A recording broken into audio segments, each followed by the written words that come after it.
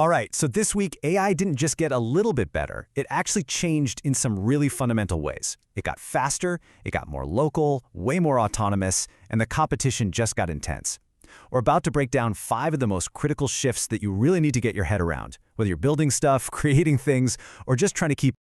And look, these aren't the kind of changes you're going to see in some flashy headline or a slick product demo. No, these are deep, fundamental shifts happening in the hardware and how we all use it, and in the core philosophy of how AI is being developed. So what's really going on under the hood? Okay, so shift number 1. This is a big one.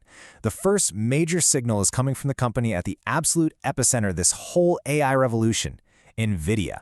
And they're not just building faster chips, they're signaling a massive shift in how AI systems are built from the ground up.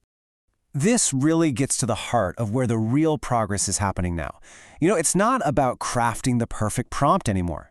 The real action is in the underlying infrastructure, making model training way faster, making inference cheaper for everyone, and optimizing the entire system to work at an insane scale. And you have to understand, this is so important. When NVIDIA sets a direction for its hardware and its software stack, it's not just a friendly suggestion. It's basically the roadmap for the entire industry. This is the foundation that everything else is going to be built on top of. So, building on that foundation, our second shift is seeing AI make this huge migration from the giant centralized cloud right onto our own desks. Seriously, companies like Gigabyte are now shipping these super high-performance machines that are designed specifically to run powerful AI right there, locally. And when you put them side by side like this, you really see the trade-offs. Going local, it completely changes the game. You get almost instantaneous responses without any network lag. You get total control over your data, which is a massive win for privacy. And yeah, there's an upfront cost for the hardware, but you get to escape that endless subscription cycle. For developers, for creators, this is a total game changer. Okay, shift number 3 is where things get really interesting. This is where AI jumps out of the sterile world of data analysis and gets thrown right into live, high-stakes situations. And that represents a huge leap in both our trust and its capability. Just stop and think about this for a second.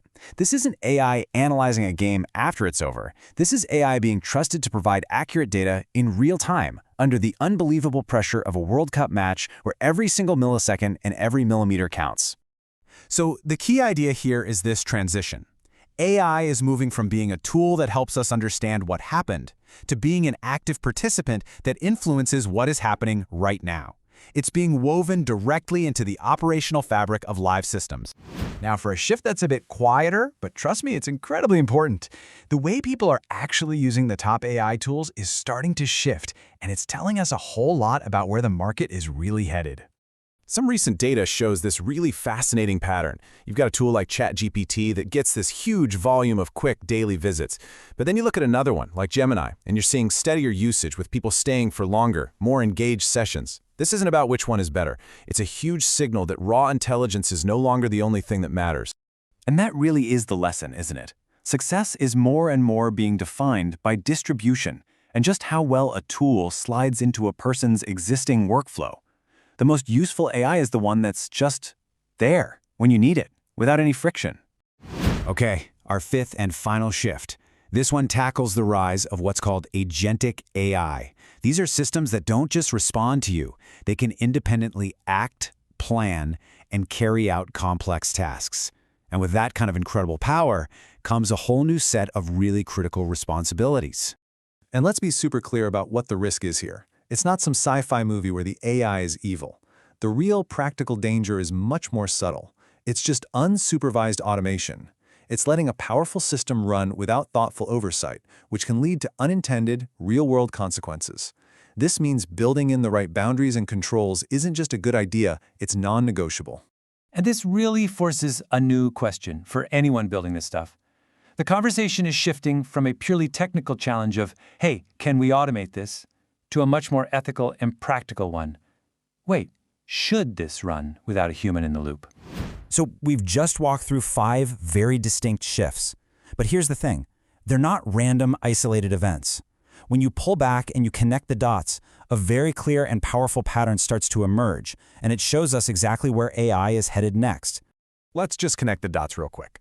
The infrastructure upgrades from NVIDIA, That's making AI faster. The move to local machines, that's bringing it closer to us, the users. The World Cup example, it's becoming embedded in real-time systems. And the rise of agents, that's making it more autonomous.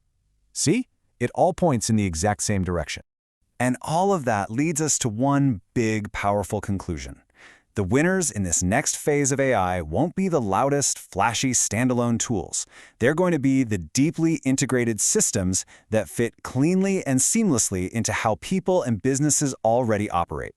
The future of AI isn't an app you open. It's a layer woven into everything we do.